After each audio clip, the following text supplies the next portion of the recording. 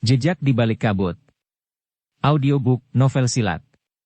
Cerita, Esa Mintarja. Bab 62. Ki Tumenggung memang menjadi bimbang. Tetapi pengawalnya berkata, "Bukankah kita akan menangkap orang itu? Orang itu berniat menjebakmu, Kakang. Karena itu, pergilah." "Apakah kita menjadi gentar karena jebakan itu?" bertanya pengawalnya yang lain. "Kita cari orang itu. Kita akan menangkapnya atau membunuhnya." "Dengar aku, Kakang. Jangan beri kesempatan orang itu bersembunyi, Ki Tumenggung. Nanti ia akan merayap ke dalam bilik ini jika Ki Tumenggung pergi." Jantung Ki Tumenggung bagaikan tersengat bara mendengar kata-kata pengawal itu. Hampir di luar sadarnya, tangannya terayun menampar mulutnya. Pengawal itu terkejut. Namun kemudian sambil tersenyum ia pun berkata, "Nyi, aku pernah membunuh seorang laki-laki bersama dengan istriku di atas pembaringan." "Kakang," suara Nyi Tumenggung menjadi serak. Ia bukan seorang perempuan yang cengeng. Ia tidak menangis ketika ia mencoba menolak kehadiran Ki Waskita di rumahnya beberapa hari yang lalu. Tetapi kata-kata pengawal suaminya itu sangat menyakitkan hatinya. Karena itu, maka Nyi Tumenggung tidak dapat menahan tangisnya lagi. "Kakang," ulang Nyi Tumenggung. "Kau biarkan orang itu menghinaku?" "Maaf, Nyi. Aku hanya mengatakan pengalamanku tentang seorang perempuan." "Dan kau anggap semua perempuan itu sama?" sahut Nyi Tumenggung di sela-sela isaknya. "Apakah semua laki-laki juga sama?" "Tidak, Kisanak. Tidak semua laki-laki kehilangan harga dirinya seperti laki-laki yang kau bunuh itu." "Atau kau juga seperti laki-laki yang kau bunuh itu?" Pengawal Ki Tumenggung itu tertawa. Katanya, "Segala sesuatunya terserah kepada Ki Tumenggung." Ki Tumenggung memang menjadi ragu-ragu. Pengawalnya itu telah menyentuh perasaannya. Ia menjadi bimbang. Mungkin laki-laki itu memang bersembunyi.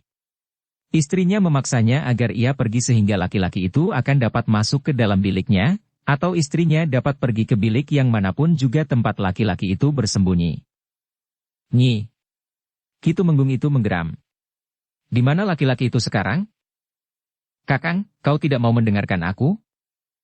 Laki-laki itu datang tidak hanya malam ini, tetapi juga malam kemarin, kemarin dulu dan bahkan di siang hari pula. Ia memang memancingmu dan berusaha menangkapmu. Akulah yang akan menangkapnya." "Kakang, Kakang tidak mempercayai aku?" "Bukan tidak mempercayaimu, Nyi. Tetapi aku tidak mau kehilangan kesempatan ini." Tangis Nyi Tumenggung justru terdiam. Dipandanginya wajah suaminya dengan tajamnya.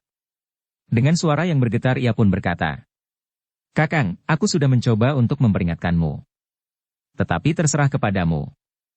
Apakah kau masih dapat mempergunakan penalaranmu atau dadamu telah terbakar oleh gejolak perasaanmu? Aku akan menangkap orang itu." Untuk menguatkan sikapnya, maka Ki Tumenggung itu pun telah membentak, "Tunjukkan di mana ia bersembunyi." Namun Ki Tumenggung itu pun terkejut. Dari luar bilik itu terdengar suara seseorang. "Kau tidak usah mencariku, Ki Tumenggung. Aku sudah berada di sini." Ketika mereka berpaling, maka mereka pun melihat seorang laki-laki berdiri di depan pintu bilik itu. Laki-laki yang dilihat oleh Ki Tumenggung masuk melalui regol halaman rumahnya itu. "Iblis, kau. Aku ingat sekarang, siapakah kau sebenarnya? Syukurlah jika kau masih dapat mengingat siapa aku. Tetapi bagaimanapun juga, perempuan ini adalah istriku." "Aku tahu, Ki Tumenggung. Perempuan itu adalah istrimu. Karena itu, aku tidak mengganggunya." Tetapi pengawal Ki Tumenggung yang mengaku pernah membunuh seorang laki-laki dan istrinya itu pun tertawa.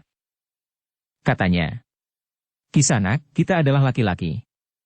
Apakah kita akan ingkar apa yang sering dilakukan oleh laki-laki? Pada suatu hari aku telah membunuh seorang laki-laki dan istriku. Tetapi mungkin lain kali, akulah yang akan dibunuh." "Ya. Kau akan mati malam ini," desis Ki Waskita. Tetapi orang itu tertawa. Katanya, "Apakah kau mampu menjaring angin sehingga kau akan membunuhku? Kau bukan angin, Kisanak, sehingga aku tidak akan mengalami kesulitan untuk membunuhmu." Orang itu tertawa semakin keras. Katanya, "Kau agaknya memang seorang yang keras kepala. Baiklah. Kita akan membuktikan apa yang akan terjadi. Ki Tumenggung, berkata Ki Waskita yang seakan-akan tidak mendengarnya. Menyerahlah. Sudah terlalu banyak darah tertumpah.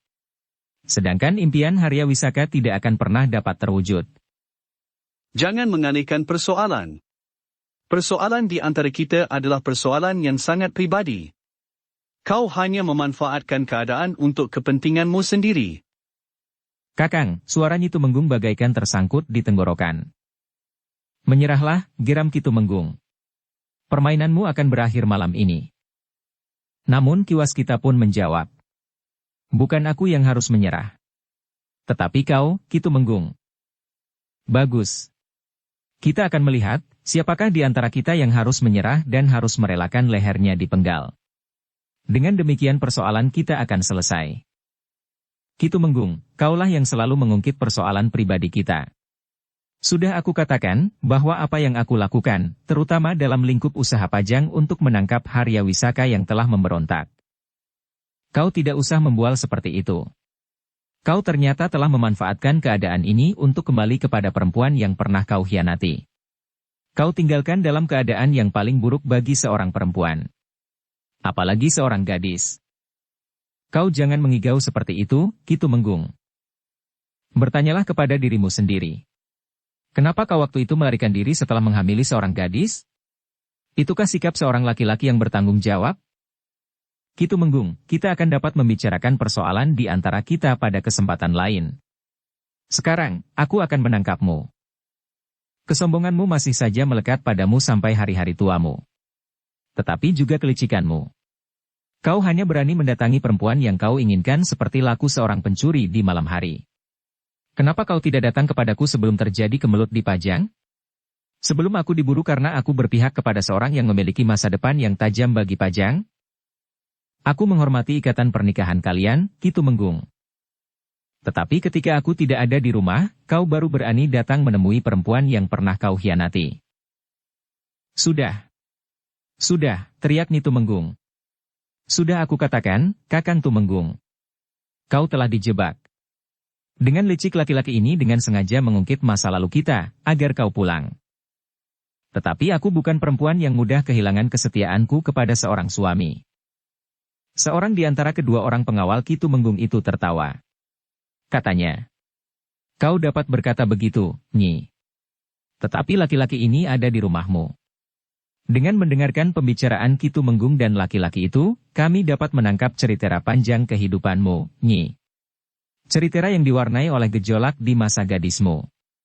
Melihat sikapmu sekarang, Nyi, aku dapat membayangkan bahwa Nyi Tumenggung semasa gadisnya adalah seorang gadis yang lincah, ramah dan tentu sangat menarik. Cukup, cukup. Nyi Tumenggung itu menjerit. Kakang Tumenggung, kau biarkan kawanmu itu menghinaku. Apa yang harus aku katakan, Nyi? Yang mereka lihat sekarang, laki-laki ini berada di dalam rumah ini. Sudah aku katakan, ia sengaja menjebakmu. Pengawal Ki Tumenggung yang lainlah yang kemudian menyahut. Satu langkah yang sudah direncanakan dengan baik. Laki-laki ini mendapat dua kesempatan sekaligus. Menjebak Ki Tumenggung dengan cara yang jarang didapat. Agaknya itulah kelebihan laki-laki ini. Kakang Tumenggung, Kakang. Nyi Tumenggung tidak tahan lagi mendengar sindiran-sindiran itu, sehingga tangisnya menjadi semakin keras. Ditutupinya wajahnya dengan kedua telapak tangannya ketika ia terduduk dengan lemah. Dalam pada itu, anak perempuan Ki Tumenggung itu pun telah terbangun mendengar pertengkaran yang berkepanjangan. Ketika ia tegak di hadapan laki-laki yang sering berada di rumahnya itu. Ayah, teriak gadis yang menjelang dewasa itu sambil berlari ke arah ayahnya. Ki Tumenggung terkejut. Ia pun segera berpaling. Demikian anak perempuannya menghambur ke arahnya, maka Ki Tumenggung itu pun segera berjongkok memeluknya. Ayah. Ayah pergi lama sekali. Ya, Nger. Sekarang ayah pulang menjemputmu. Gadis kecil itu termangu-mangu sejenak. Namun kemudian ia pun berlari ke ibunya yang sedang menangis. Ibu, ibu. Ibu kenapa? Nyi Tumenggung pun telah memeluk anak perempuannya itu pula sementara tangisnya masih juga belum mereda. Ibu. Nyi Tumenggung tidak menjawab. Tetapi dipeluknya anak gadisnya semakin erat. Nah, Ki Tumenggung. Tidak sepantasnya kita menyiksa perasaan Nyi Tumenggung dengan prasangka-prasangka buruk seperti itu. Sekarang, marilah kita selesaikan persoalan kita. Ki Tumenggung bangkit berdiri sambil berkata, "Aku bunuh kau dan aku membunuh anakmu itu juga. Sudah aku katakan, kita tidak membicarakan persoalan kita pribadi.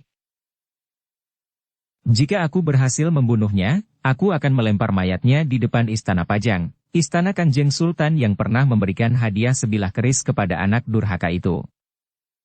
"Kakang," terdengar suara Nyi Tumenggung di sela-sela isak tangisnya. Tetapi Ki Tumenggung seakan-akan tidak mendengarnya. Bahkan kemudian ia pun berkata kepada kedua orang pengawalnya, "Kita akan menangkapnya hidup-hidup. Aku masih mempunyai persoalan yang harus aku bicarakan dengan orang ini." Ki Waskita tidak menjawab lagi. Tetapi ia pun segera melangkah surut ke ruang dalam. Ruang yang cukup luas untuk membela diri. Ketika kemudian Ki Tumenggung dan dua orang pengawalnya menyusulnya, maka Nyi Tumenggung hanya dapat memeluk anak perempuannya, sementara tangisnya pun semakin menjadi-jadi. Perempuan itu merasa bahwa harga dirinya sebagai perempuan telah terinjak-injak.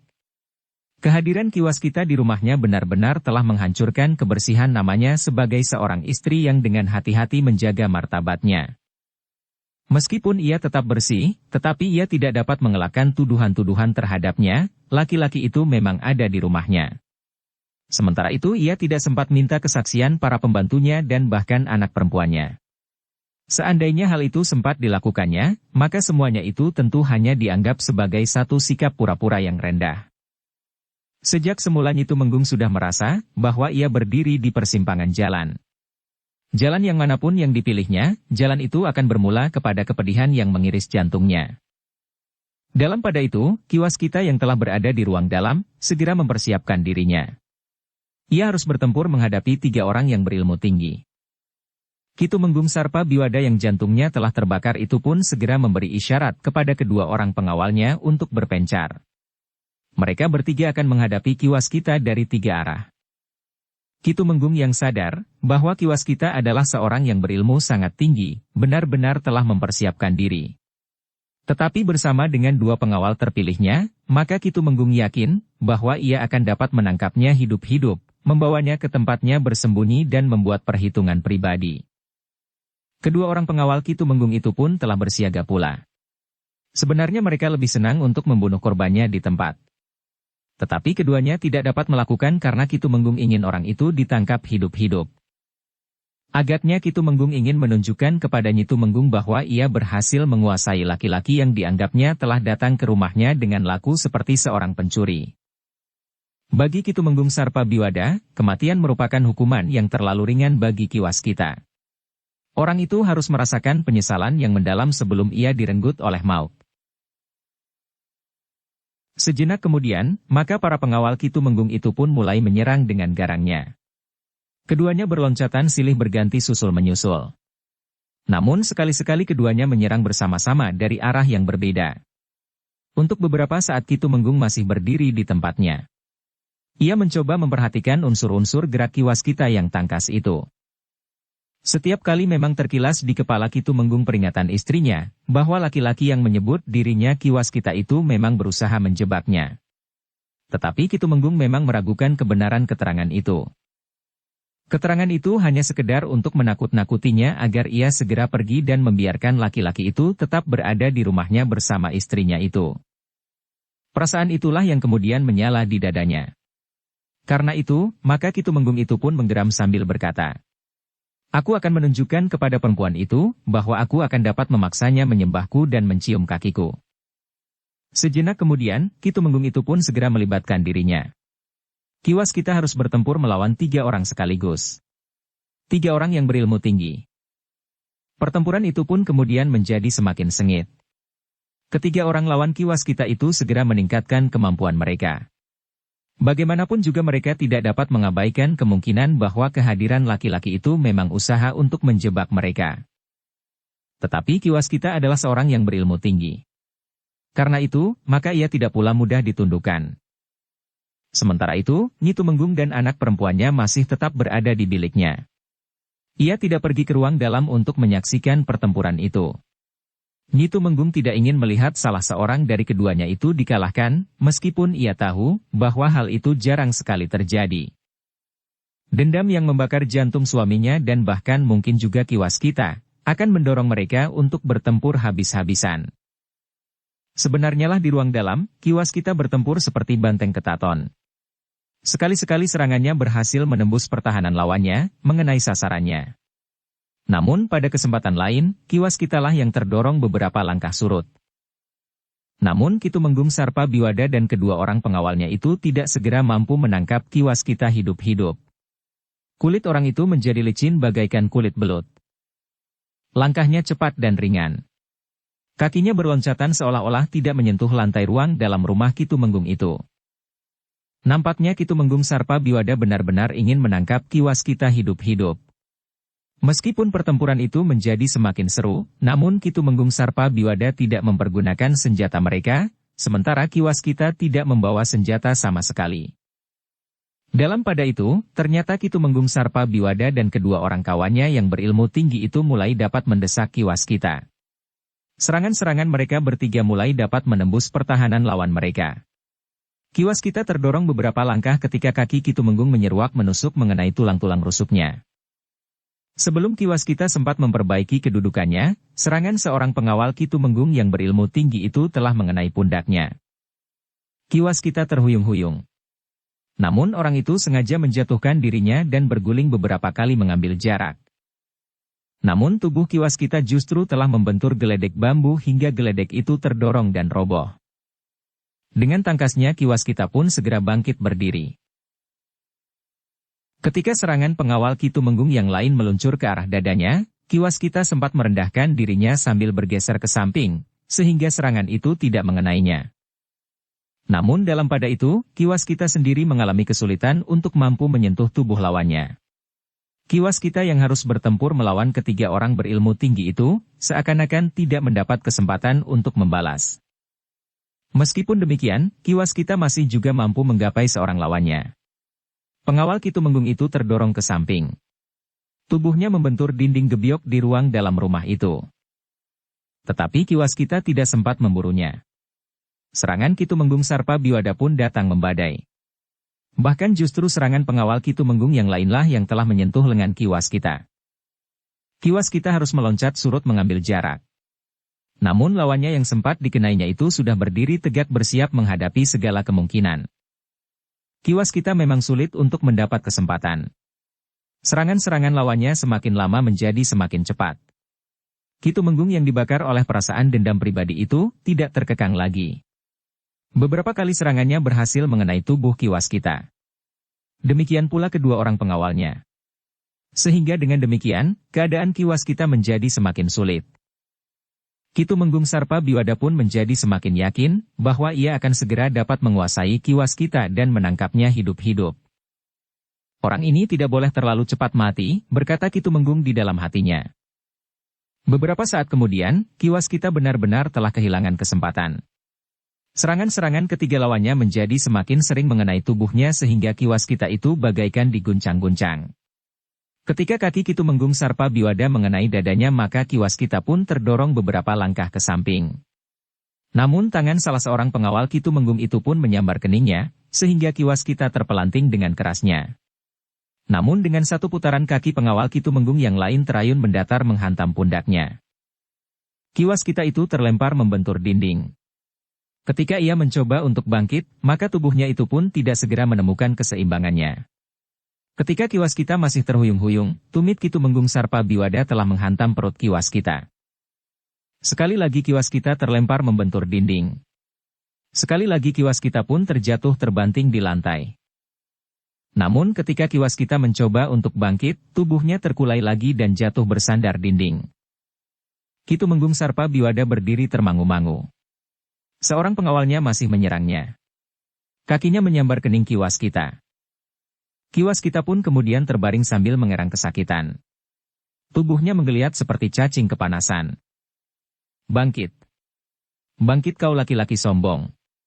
Kau kira ilmumu sudah menggapai langit sehingga kau tidak dapat dikalahkan, berkata Ki Tumenggung Sarpa Biwada. Kiwas kita tidak menjawab. Mulutnya menyeringai menahan sakit di seluruh tubuhnya. Bangkit. Atau aku bunuh kau, bentak Ki Tumenggung. Tetapi Kiwas kita tidak dapat bangkit lagi. Di mana kawan-kawanmu? Inikah jebakanmu? Tidak seorang pun datang menolongmu. Teriakan-teriakan di rumah ini tidak akan didengar oleh tetangga-tetangga sebelah menyebelah. Selain halaman rumah ini cukup luas, dinding rumah ini pun terlalu rapat. Kiwas kita sama sekali tidak menjawab. Ia masih saja mengerang meskipun tertahan-tahan. Tiba-tiba saja Ki Tumenggung itu pun menarik kerisnya sambil berkata lantang. Habislah kesombonganmu sampai di sini. Namun tangan Ki Tumenggung tidak sempat terayun. Terdengar Nyi Tumenggung itu menjerit tertahan. Ki Tumenggung pun berpaling. Bahkan ia pun kemudian melangkah mendekati istrinya yang berdiri sambil memeluk anak perempuannya. Nyi, berkata Ki Tumenggung. Terima kasih atas kepedulianmu terhadapku. Kau sudah memperingatkan aku bahwa kehadiran laki-laki ini adalah sebuah jebakan. Bahwa laki-laki ini telah mempersiapkan kawan-kawannya untuk menangkap aku. Tetapi lihat, sampai akhirnya orang itu terkapar hampir mati, tidak seorang pun kawannya datang menolongnya. Nyi Tumenggung sama sekali tidak menjawab. Untunglah bahwa aku tidak mendengarkan peringatanmu sehingga aku lari pontang-panting meninggalkan rumah ini, sementara laki-laki itu masih berada di dalamnya. Nyi Tumenggung hanya dapat menundukkan kepalanya. Aku memang harus mencoba memahami betapa keterpautan perasaanmu dengan laki-laki jahanam itu. Tetapi kau pun harus ingat, jika aku tidak hadir di dalam perjalanan hidupmu, maka kau sudah menjadi sampah. Anakmu yang kau bangga-banggakan itu pun tidak lebih dari anak yang lahir dari seonggok sampah yang kotor. Kakang. Ki Tumenggung seolah-olah tidak mendengarnya. Ia berkata selanjutnya. Sekarang, laki-laki pengecut ini telah memanfaatkan keadaan yang kalut untuk kembali kepadamu dan agaknya kau telah menerimanya dengan tangan terbuka. Tidak. Tidak. Kau salah, Kakang. Pada saat aku akan membunuhnya, maka kau pun telah mencegahnya pula. Tidak. Tidak, tangis Nyi Tumenggung pun telah meledak lagi. Anak perempuannya pun telah menangis pula sambil bertanya. Ibu, ibu. Kenapa ibu menangis? Jangan kau hiraukan ibumu, berkata Ki Tumenggung. Ibumu telah berkhianat terhadap kita sekeluarga. Karena itu aku datang menjemputmu. Tidak. Aku tidak mau pergi. Aku akan tinggal di sini bersama ibu. Ia bukan ibumu lagi. Laki-laki itu telah merampas kesetiaannya sebagai seorang ibu. Tidak. Ibu tidak pernah berkhianat. Kau masih terlalu kecil untuk mengerti. Tidak, ayah. Aku tidak akan pergi. Aku akan tinggal bersama ibu, apapun yang terjadi. Ki Tumenggung menjadi marah. Dengan lantang ia pun berkata. Baik. Baik. Jika kau lebih senang ikut bersama ibumu. Sekarang ibumu berkhianat terhadap suaminya. Besok ibumu akan berkhianat pula terhadap anak-anaknya. Kau akan ditinggalkannya untuk mengikuti laki-laki yang diinginkannya. Ayah, potong anak perempuannya. Anak itu sudah bukan kanak-kanak lagi. Tetapi ia sudah meningkat remaja, sehingga nalarnya sudah mulai berkembang. Ki Tumenggung ternyata tidak menghiraukannya lagi. Ia pun kembali berpaling kepada laki-laki yang terbaring lemah. Bangkit, laki-laki jahanam. Kalau kau tidak mau bangkit, aku tusuk perutmu sampai ke punggung. Seorang pengawal Ki Tumenggung mengguncang tubuh Kiwas kita dengan kakinya. Bangkit. Ikut kami. Kau akan memasuki satu kehidupan yang tidak pernah kau bayangkan. Dunia yang paling pantas bagi laki-laki jahanam seperti kau. Kiwas kita tidak mempunyai pilihan lain. Dengan susah payah ia pun bangkit. Sementara itu keris Ki Tumenggung segera melekat di punggungnya. Berjalan, bentak Ki Tumenggung.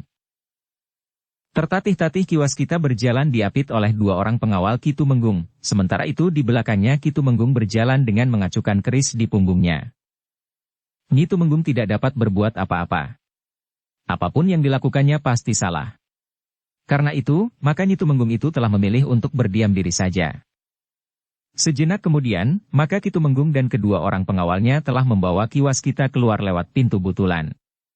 Seorang dari kedua pengawal itu memberitahukan kepada pemilik rumah yang beradu sudut dengan rumah Ki Tumenggung, bahwa Ki Tumenggung tidak singgah di rumah itu. Malam terasa sunyi. Angin malam bertiup perlahan-lahan menggoyang dedaunan. Dengan hati-hati Ki Tumenggung membawa Ki Waskita menyusuri lorong-lorong sempit. Ketika mereka akan menyeberangi jalan yang lebih lebar, maka Ki Tumenggung itu pun berkata, "Tutup matanya. Meskipun umurnya tidak akan panjang lagi, tetapi aku tidak ingin ia mengetahui di mana kita bersembunyi selama ini." Seorang di antara kedua pengawal Ki Tumenggung itu pun menyambar ikat kepala Ki Waskita. Ditutupnya matanya dan bahkan kemudian diikatnya pula tangannya. Dengan nada berat Ki Waskita itu pun berkata, "Kenapa kau tidak jadi membunuhku saja di rumahmu tadi, Ki Tumenggung? Kau kira aku benar-benar akan membunuhmu?" sahut Ki Tumenggung Sarpabiwada. "Jika aku menarik kerisku, aku hanya ingin tahu apa yang akan dilakukan oleh perempuan itu. Ternyata ia tidak dapat membiarkan kau mati. Kau tahu itu?" Ki Waskita yang matanya telah tertutup dan tangannya terikat itu pun berkata, "Barangkali akan lebih baik jika kau membunuhku saja. Kau menjadi ketakutan? Seharusnya kau bersikap seperti seorang laki-laki yang berani menghadapi akibat apapun dari tingkah lakumu sendiri. Tetapi agaknya kau akan menyenangkan sekali. Bukan saja bagiku, tetapi juga bagi kawan-kawanku." Seorang pengawal Ki Tumenggung itu berkata, "Aku ingin melihat wajahmu menjadi putih seperti kapas karena ketakutan. Aku ingin melihat tubuhmu basah kuyup oleh keringat dingin sehingga kau menggigil seperti orang kedinginan. Tubuhmu tidak lagi berdarah jika kami menggoreskan pisau mengoyak kulitmu, karena perasaan takutmu itu." Ki Tumenggung Sarpabiwada serta kedua orang pengawalnya itu pun tertawa. Ki Waskita tidak menyahut. Dengan mata tertutup serta tangan terikat, Ki Waskita itu pun didorong untuk berjalan terus. Setelah menyeberangi jalan yang lebih besar, mereka masuk kembali ke sebuah lorong sempit. Mereka merayap perlahan-lahan di atas lorong berbatu-batu padas. Sekali-sekali kaki Ki Waskita itu terantuk batu sementara punggungnya didorong oleh para pengawal Ki Tumenggung, sehingga Ki Waskita itu jatuh tertelungkup. Ki Tumenggung dan kedua orang pengawalnya itu masih saja menertawakannya. Meskipun mereka menahan diri agar suara tertawanya tidak terdengar oleh orang-orang yang sudah tertidur di dalam rumah mereka di sebelah-menyebelah lorong itu. Rumah-rumah itu pada umumnya adalah rumah-rumah yang sederhana saja. Halamannya sempit, dinding halamannya rendah dan tidak terpelihara, tanpa regol halaman dan berkesan kumuh. Beberapa lama Ki Waskita berjalan dengan mata tertutup dan tangan terikat. Sementara itu, lorong yang mereka lalui pun berkelok-kelok, sulit untuk dapat diingat. Di dini hari, selagi suasana masih sepi, Ki Waskita telah didorong masuk ke dalam sebuah halaman rumah yang berada di pinggir lorong itu. Ki Waskita merasakan kakinya terantuk pada telundak pintu lereng yang terbuat dari bambu. Kemudian ia pun merasa berjalan di atas sasak bambu beberapa langkah. Namun kemudian Ki Waskita itu pun harus menuruni tangga bambu melalui lubang yang sempit. "Ruangan di bawah tanah," berkata Ki Waskita di dalam hatinya. Sebenarnya lah bahwa Ki Waskita telah dilemparkan ke sebuah ruangan yang dibuat di bawah tanah. Sebuah lubang yang besar dengan tiang-tiang serta tulang-tulang bambu petung yang kokoh. Dalam ruangan yang tidak terlalu luas itu, penutup mata Ki Waskita itu pun dibuka. Ki Waskita menarik nafas dalam-dalam. Yang berdiri di depannya adalah salah seorang pengawal Ki Tumenggung Sarpabiwada. Namun Ki Waskita tidak melihat Ki Tumenggung itu sendiri. "Tinggallah untuk sementara di lubang ini," berkata pengawal Ki Sarpabiwada itu. Ki Waskita tidak menjawab. "Besok kau akan mulai memasuki masa-masa yang barangkali tidak pernah kau bayangkan. Ki Tumenggung Sarpabiwada akan mendapat keputusan yang sangat besar dengan kehadiranmu di sini, sehingga kami tidak membunuhmu di rumah Ki Tumenggung itu." Ki Waskita masih tetap diam saja. "Jangan mencoba untuk berbuat sesuatu yang dapat merugikan dirimu sendiri. Ruang di bawah tanah ini memang kokoh. Tetapi jika kau mencoba keluar dari ruangan ini, ada kemungkinan langit-langit dari ruangan ini akan runtuh, sehingga kau akan terkubur hidup-hidup di dalamnya." Ki Waskita memandang orang itu dengan pandangan kosong. Seakan-akan tidak ada gejolak perasaannya sama sekali menghadapi keadaan yang sangat gawat itu. "Nampaknya kau sudah berputus asa," berkata pengawal itu. "Tetapi perjalananmu masih belum berakhir meskipun kau sudah sampai ke ujung." Karena kiwas kita tetap saja berdiam diri, maka pengawal Ki Tumenggung itu pun berkata, "Kau masih punya waktu sedikit untuk menikmati ketenangan. Sekarang Ki Tumenggung sedang beristirahat. Besok, setelah matahari naik, ia akan mulai dengan permainannya yang sangat menyenangkan." Ki Tumenggung telah menyiapkan beberapa jenis alat yang akan membuat permainannya sangat menarik. Kiwas kita masih saja diam bagaikan membeku. Namun pengawal Ki Tumenggung itu pun melangkah ke tangga bambu yang masih tersandar pada dinding ruang di bawah tanah yang lembab itu. Kemudian ia pun memanjat naik sambil berkata, "Lampu minyak itu tidak akan mati. Kau juga tidak akan mati lemas, karena ada udara yang cukup di ruang ini. Tutup lubang itu tidak akan terlalu rapat." Baru kemudian kiwas kita itu pun berdesis, "Apakah kau tidak akan melepaskan tali yang mengikat tanganku ini?" Orang itu tertawa. Katanya, "Apakah jika tali pengikat tanganmu itu dilepas, kau akan dapat melarikan diri?" Kiwas kita menggeleng. Katanya, "Aku tahu bahwa tidak mungkin aku dapat lari dari ruangan ini. Jadi, bukankah sama saja, apakah tanganmu terikat atau tidak?" "Ada bedanya," jawab kiwas kita. "Jika aku digigit nyamuk, aku akan dapat menggaruknya." "Setan kau," geram pengawal itu. Tetapi pengawal itu tidak menghiraukan kiwas kita lagi. Sejenak kemudian orang itu sudah naik ke atas. Kemudian ditariknya tangga bambu yang bersandar di dinding lubang itu ke atas. Sejenak kemudian, maka lubang itu pun telah tertutup oleh beberapa lembar papan yang tebal. Di atas papan itu kemudian diletakkan sasak bambu seperti sasak di depan pintu.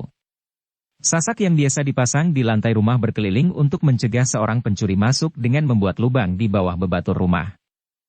Demikian lubang itu tertutup kembali, maka kiwas kita pun berusaha mendapatkan tempat yang tidak terlalu lembab. Dengan tangan masih terikat, kiwas kita itu duduk bersandar tiang penyangga tulang-tulang kerangka ruang di bawah tanah itu. Seperti yang dikatakan oleh pengawal Ki Tumenggung, bahwa lampu itu memang tidak mati. Agaknya udara masih tetap mengalir masuk ke ruang di bawah tanah itu lewat sela-sela papan sasak anyaman bambu yang tidak terlalu rapat menutup lubang ruangan di bawah tanah itu. Beberapa saat kiwas kita duduk berdiam diri. Lampu minyak yang terletak di atas ajuk-ajuk menyala dengan terangnya, menerangi seluruh ruangan itu. Sementara itu, Ki Tumenggung Sarpa Biwada sedang berbaring di dalam ruangan yang sempit, seakan-akan dihimpit oleh dinding bambu di sebelah menyebelah. Ternyata ruangan itu pun ruangan rahasia pula. Dinding yang memisahkan ruangan dalam dengan serambi samping ternyata rangkap.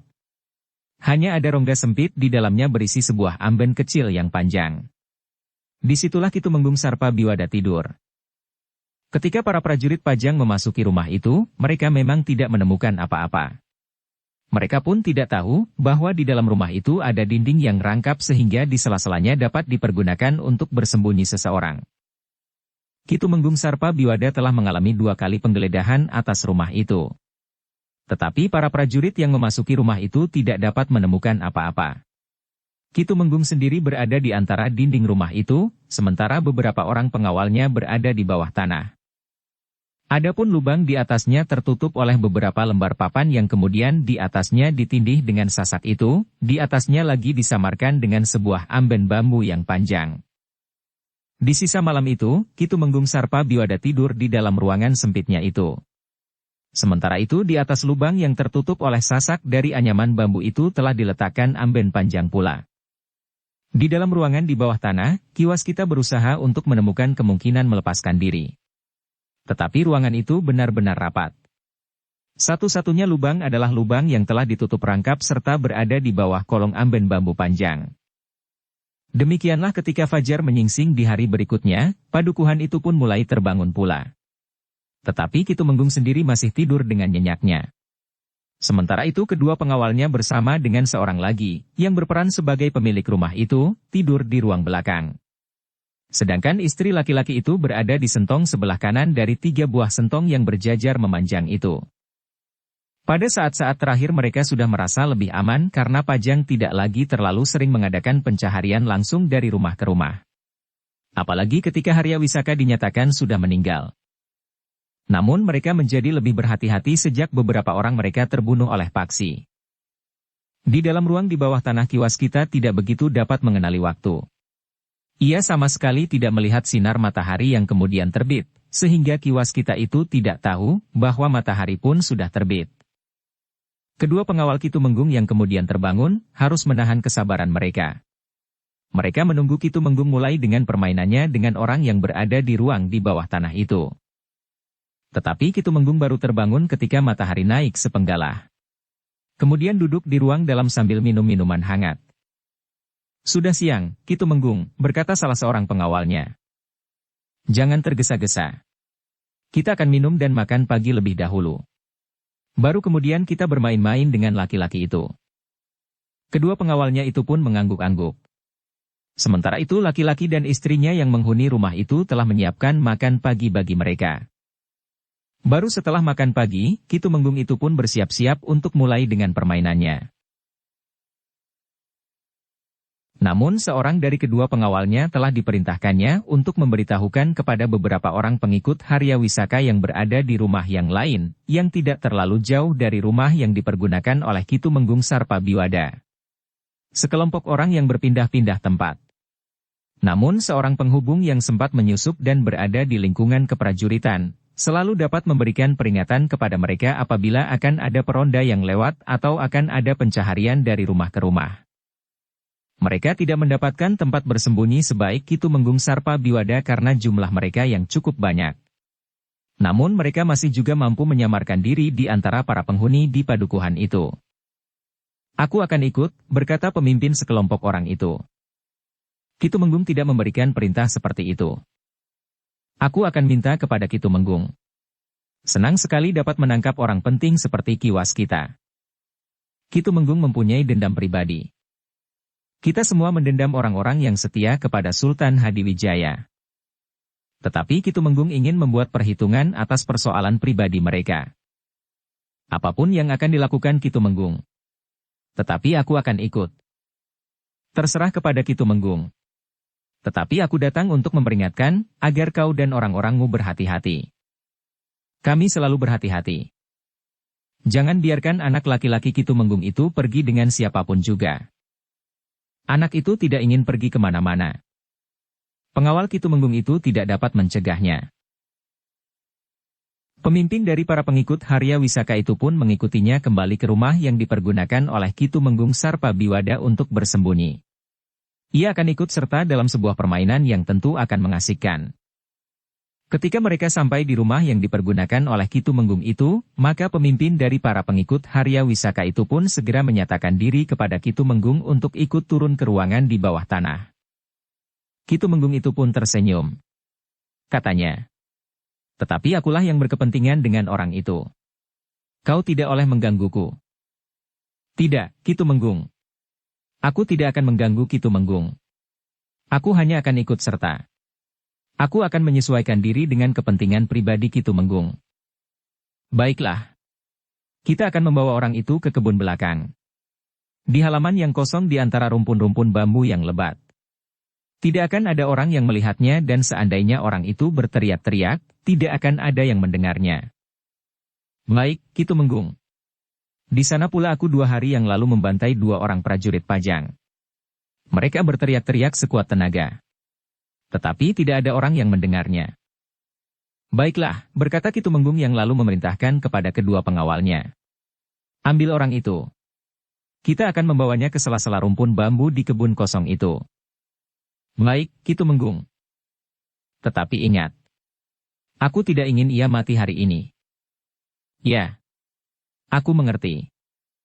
Sejenak kemudian, maka kedua orang pengawal Kitumenggung itu pun telah turun ke ruang di bawah tanah untuk mengambil orang yang terikat tangannya di ruang itu. Sementara itu, Kitumenggung dan pemimpin sekelompok pengikut Harya Wisaka itu pun menunggu sambil duduk di serambi depan. Dalam pada itu, istri penghuni rumah itu pun tiba-tiba berlari-lari turun ke halaman, sehingga dengan serta-merta Kitumenggung pun memanggilnya. "Hi, kau akan pergi kemana?" "Penjual jamu gandring itu lewat, Kitumenggung. Setiap hari kau membeli jamu gandring. Apakah kau tidak pernah merasa bosan?" Perempuan itu tersenyum. Ia memang selalu membeli jamu gandring yang dapat membuat tubuhnya menjadi hangat. Namun ketika ia turun ke jalan, maka yang dilihatnya penjual jamu gandring itu berbeda. Bukan orang yang biasanya menjual jamu gandring lewat lorong kecil itu. Tetapi pikulan yang dibawanya adalah pikulan yang biasanya dipakai untuk menjajakan jamu gandring lewat lorong sempit itu. Kenapa ragu-ragu, Nyi? Bertanya penjual jamu gandring itu. Apakah karena aku tidak terbiasa menjual jamu gandring lewat lorong ini? Perempuan itu mengangguk. Tetapi kau kenal pikulan ini, Nyi? Ya. Aku juga mengenal wayang golek itu. Tentu. Pikulan ini milik ayahku. Hari ini ia berhalangan karena perutnya sakit. Karena itu akulah yang disuruhnya menggantikannya. Ayah memang mengatakan bahwa di lorong ini banyak penggemar jamu gandring. Aku adalah di antaranya, berkata perempuan itu yang kemudian membelinya. Perempuan itu semakin percaya bahwa penjual yang muda itu adalah anak dari penjual yang biasanya menjajakan jamu gandringnya di lorong itu. Melihat cara anak muda itu menghitung dan membungkus butiran-butiran jamu gandringnya, tepat sebagaimana dilakukan oleh penjual yang disebut ayahnya itu. Hari ini nampaknya banyak orang di rumahnya, desis penjual jamu gandring itu seakan-akan demikian saja meluncur dari mulutnya tanpa memandang kepada perempuan itu. Tidak, jawab perempuan itu. Ada beberapa orang nampak hilir mudik. Saudara-saudaraku. Mereka memang tinggal di sini. Tidak ada orang lain. Keluarga Nyai termasuk keluarga besar, Nyai? Ya. Ayahmu juga sering mengatakan bahwa keluargaku keluarga yang besar. Tetapi sebenarnya keluargaku tidak terlalu besar. Hanya terdiri dari aku, suamiku, seorang adikku dan seorang adik suamiku. Itu saja. Tetapi bagi orang miskin seperti aku, 4 mulut yang harus disuapi setiap hari terasa cukup berat. Penjual jamu gandring itu tertawa. Katanya, Nyai masih mempunyai rumah betapapun sederhananya. Nyai masih mempunyai halaman dan barangkali kebun di belakang yang menghasilkan palawija, mungkin sawah dan pategalan. Sedangkan aku? Ayahku tidak punya apa-apa sama sekali kecuali pikulan ini. Kami tinggal di rumah adik ayahku yang sebenarnya kecukupan. Tetapi adik ayahku itu kikirnya bukan main. Kami hanya diperbolehkan tinggal di dekat kandang kuda. Bahkan jika sehari kami tidak makan, adik ayahku itu sama sekali tidak peduli. Oh, perempuan itu mengangguk-angguk. Namun kemudian setelah ia menerima sebungkus jamu gandring, perempuan itu pun berkata, Sudahlah. Ini uangnya. Anak muda itu mengerutkan dahinya. Katanya, Tidak ada kembalinya, Nyi. Biarlah besok saja. Bukankah besok kau juga akan lewat di sini? Ya. Jika bukan aku, tentu ayahku. Aku akan mengatakan kepada ayah, bahwa uang kembalinya masih ada di sini. Perempuan itu pun kemudian telah menghambur kembali ke rumahnya yang sederhana itu. Namun penjual jamu gandring itu berdesis. Perempuan itu bukan perempuan sederhana sesederhana rumahnya. Penjual jamu gandring itu tidak segera pergi. Ia masih mengatur dagangannya yang sedikit di dalam pikulannya. Sementara itu, 2 orang pengawal Ki Tumenggung telah membawa kiwas kita naik.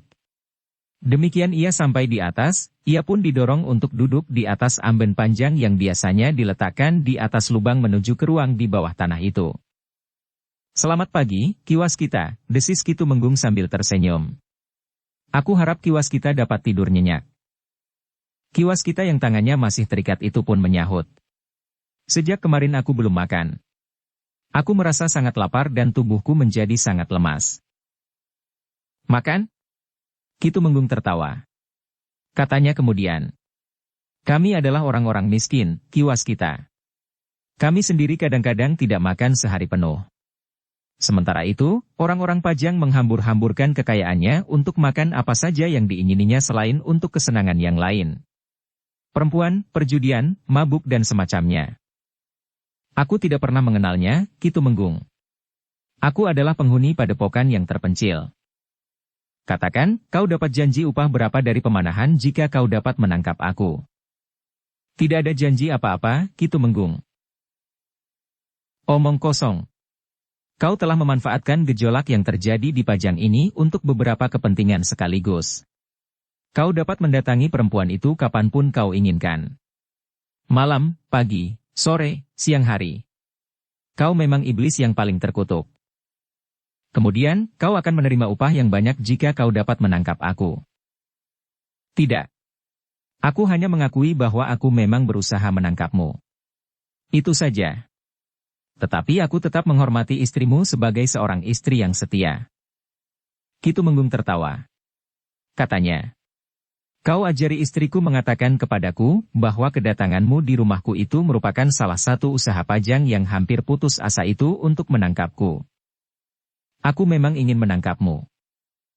Ki Tumenggung tertawa semakin keras, sehingga penjual jamu gandring yang mulai beranjak dari tempatnya masih sempat mendengarnya.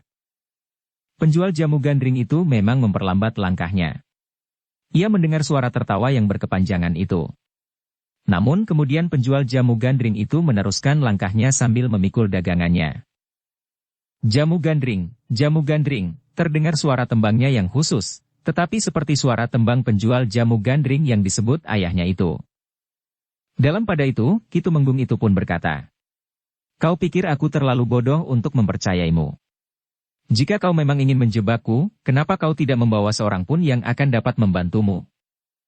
Aku yakin akan dapat menangkapmu meskipun aku seorang diri, karena aku mengira bahwa kau pun akan datang seorang diri.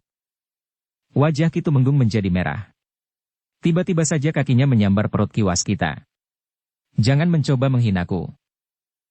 Ki Waskita mengaduh tertahan. Namun Ki Waskita masih menjawab. Ki Tumenggung, jika aku mengajak 1-2 orang kawan untuk menangkapmu, maka uang yang akan aku terima tentu tidak akan utuh. Aku harus membagi-bagi dengan orang-orang itu.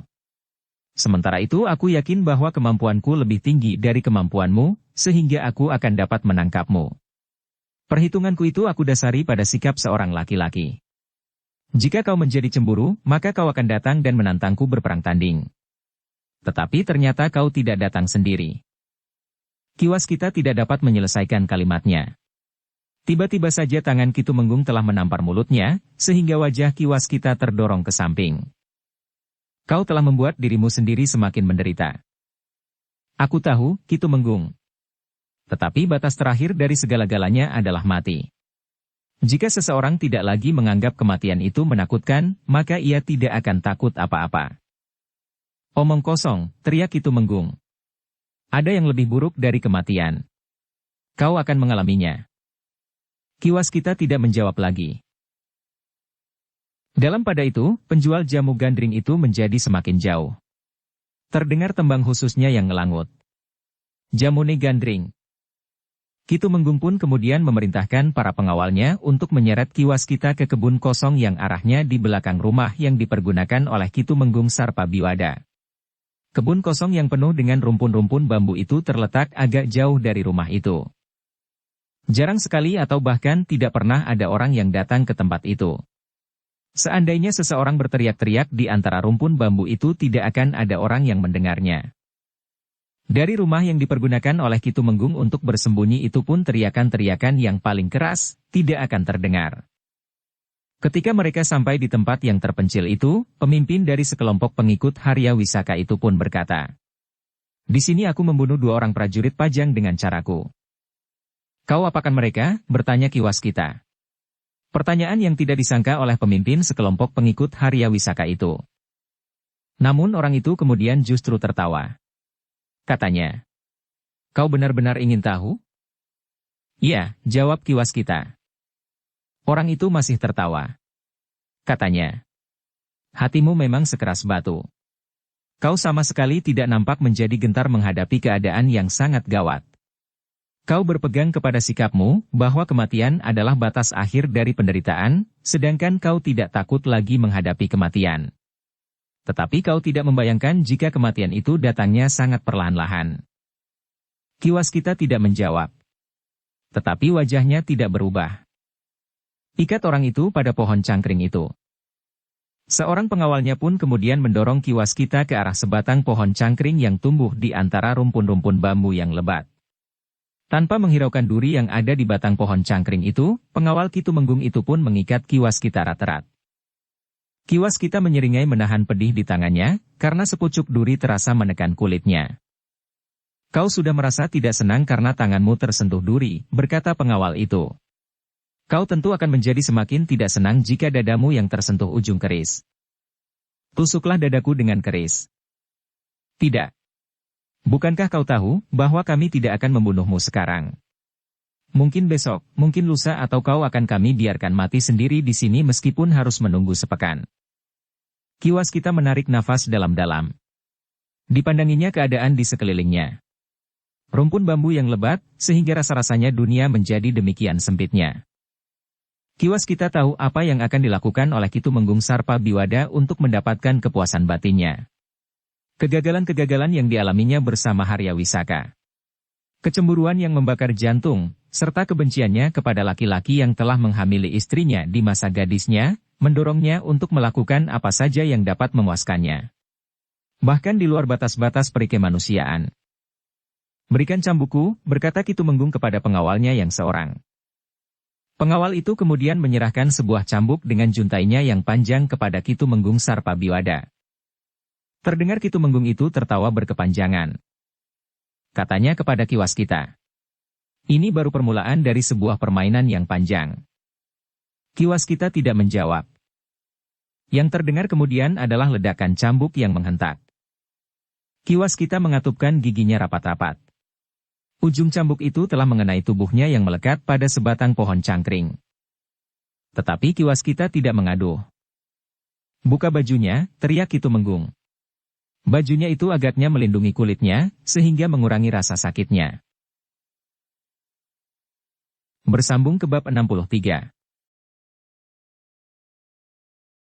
Dukung kami dengan subscribe, follow, like, komen dan share. Terima kasih.